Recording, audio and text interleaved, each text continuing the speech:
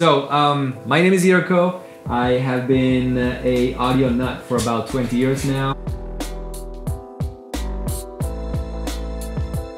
This is a record that I've done with Timbaland, the Jay-Z record. This 21 Savage record. Oh my God, I'm mixing, you know, Redman or Fabulous. That's how I got to work with Kanye West. I somehow managed to convince my dad to allow me to open a little studio in his basement, and so that's what I did. Look, I went from this to this.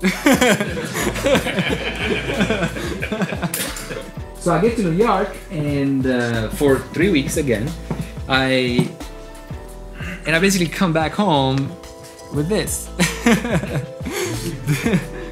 I use the 1176 on basically all of my vocals. All of my rap vocals, that's for sure, like 100% of them. Attack really fast. The idea here is to get rid of all the transients or all the those fast vocal things.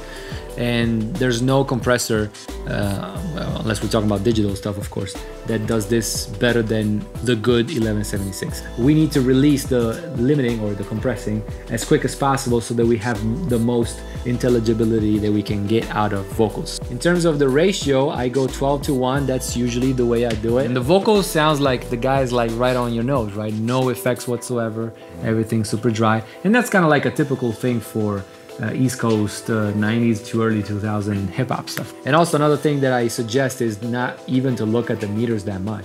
I did this typical, like, you know, in a band-like scenario where you're recording the drum, you also have a room mic, and a typical thing to do is to slam that on an 1176 really heavy and then use that as a blend for the whole room, right? To get that roomy, that kind of sound. And I did that on a hip-hop thing. He was like, what the hell is that? And I was like, hey, you don't know that, right? I will have a temporary, or like, how can I say, like, yeah, I guess a temporary mastering plugin to enact what's gonna happen in mastering. I start working on the chorus if that's the loudest part of the song, right? And I make sure I do all of my levels and everything on that, and then I go to the part before that's ideally leading up to it. And I do that back to back so that I can establish the highest part of the song to begin with. So I know that I'm not gonna go over that. By the time I'm done with intro, verse, and chorus, ideally the energy development will be intro, verse, and chorus. I have the 3 steps up. I try to stay on top of whatever the trends are. If you become old in your sound, you're kind of like losing the hit. Act like there is no mastering period.